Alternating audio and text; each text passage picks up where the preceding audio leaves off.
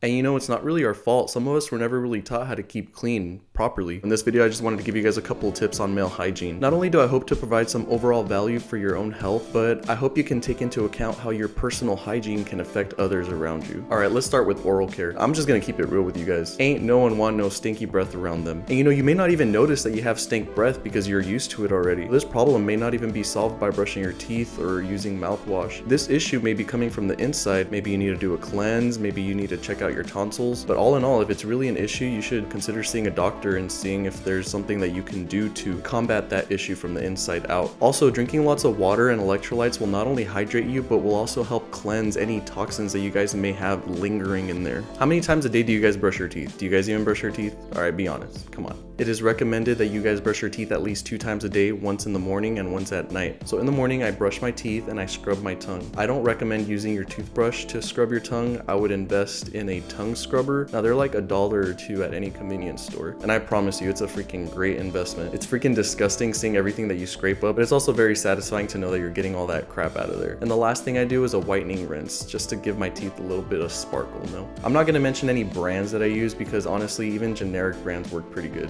So at nighttime, I brush my teeth, and this time I floss. Nighttime is the best time to floss because you're not gonna eat anything else after that. You can get all the food that may be stuck in your teeth out of there. And I end with an antiseptic wash just to kill whatever's left in there. And honestly, who wouldn't want to kiss you after that? Alright, now let's talk about grooming. I don't want to spend too much time on this topic because aesthetic isn't what this video is about. Let's start with our fingernails. Some people claim that the hands can be some of the most attractive parts of someone's body. So why wouldn't you want to keep the nails nice and tidy? Not only is it important to keep them short, but also keep them clean. It's all about washing your hands thoroughly and getting in the fingernails as well. Witchy warlock claws. There's nothing cute about that. Now let's get into our toenails. Some of y'all may think because you're not showing off your feet, you don't have to keep them as tidy as you do your fingernails, but that is not true. Depending on your health, keeping your toenails long may not be good for your feet. Some people are prone to getting ingrown toenails, and you're also keeping yourself prone to growing fungus on your toes. So yeah, keep them short and keep them clean. Don't be afraid of going to a salon and getting a pedicure. I mean, dude, it's 2022. And you know, be open with the nail estheticians. Let them know that this is your first time. I'm sure they're very experienced and they've handled a myriad of different situations down there, so you ain't got nothing to worry about. All right, now let's get into the dark territory in between the cheeks. I mean, personally, I like having hair down there. It feels comfortable and it feels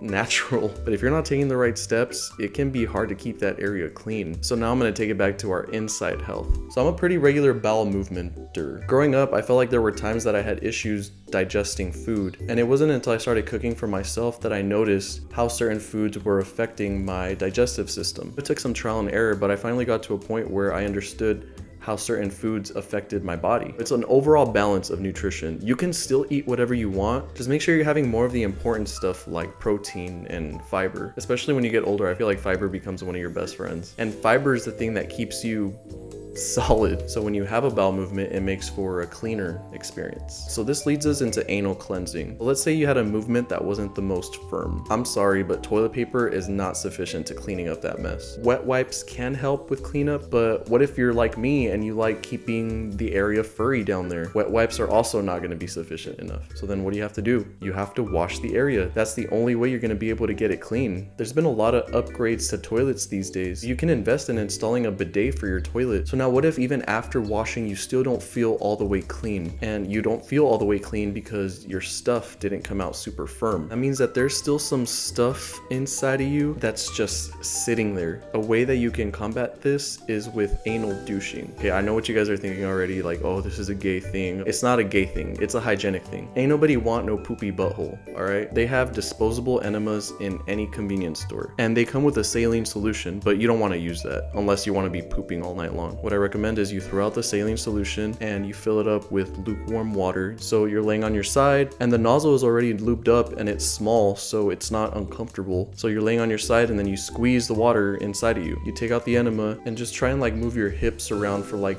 10 seconds, go to the toilet, and then you release. And with that, I feel like you can get the stuff that you feel stuck out of that area. Now, if you still feel that there's some stuff stuck in there, you can repeat the process a second time. And you know, some people do it more than once until it comes out completely clean. But at that point, you just have to realize that it is a digestive issue. You should really step back and take a hard look at your diet and see what is making your body react this way. I'll tell you guys my routine. I am so regular that I only have one movement every day, pretty much the same time. And I usually do it right before I have to shower so I feel extra clean. And I just feel more comfortable going on about my day like that. All right, last topic, keeping your willy clean. For the guys that don't have the extra skin down there, yes, it's easier to keep it clean, but that doesn't give you an excuse to keep it untidy. All right, and for all my brothers that do have that extra skin down there, listen up. You have to be able to pull the skin all the way back. The reason for this is for hygienic reasons. When you're able to pull it all the way back, you can properly cleanse it. Let's say you're not able to pull it all the way back. That means you have to train it to be able to do so. No, but it hurts and it doesn't feel comfortable. Well, you need to get some petroleum jelly and you need to train it to go back. That is the only way you're going to be able to get through life with having a clean area. Now, if this is a major issue for you, you may need to go to a doctor and talk about a possible circumcision. Well, I hope that may not be the case. You're more prone to getting buildup around that area. Smegma, cheese, you gotta clean that. You gotta clean it up. So let's say you're not able to pull the skin all the way back yet. You still need to clean around that area. You can wet a Q-tip and add a little bit of soap on it, stick it inside and,